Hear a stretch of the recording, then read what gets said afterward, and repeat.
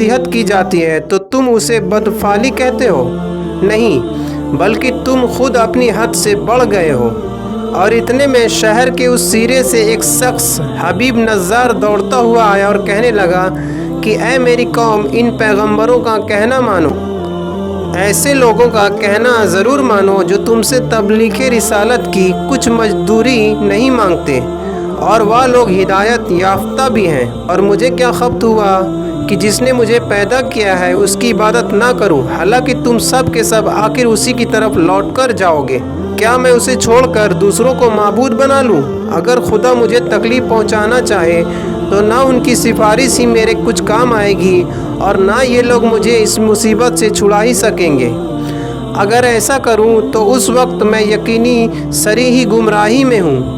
मैं तो तुम्हारे परवरदिगार पर ईमान ला चुका हूँ, मेरी बात सुनो और मानो। मगर उन लोगों ने उसे संगसार कर डाला।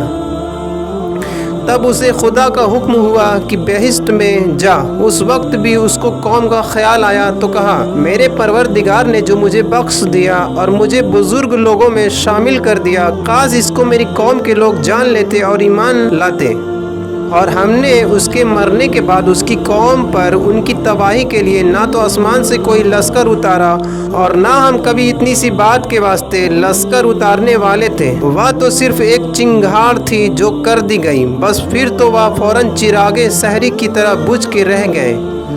हाय अफसोस बंदों के हाल पर कि कभी उनके पास कोई रसूल नहीं आया, मगर उन लोगों ने उसके साथ मस्खरापन ज़रूर किया। क्या उन लोगों ने इतना भी गौर नहीं किया कि हमने उनसे पहले कितनी उम्मतों को हलाक कर डाला और वह लोग उनके पास हरगिज़ पलट कर नहीं आ सकते। हाँ, अलबत्ता सब के सब इकट्ठा होकर हमारी बारगाह में हाजिर किए जाएंगे और उनके समझने के लिए मेरी कुदरत की एक निशानी मुर्दा पड़ती ज़मीन है कि हमने उसको पानी से ज़िंदा कर दिया और हम ही ने उससे दाना निकाला तो उसे ये लोग खाया करते हैं।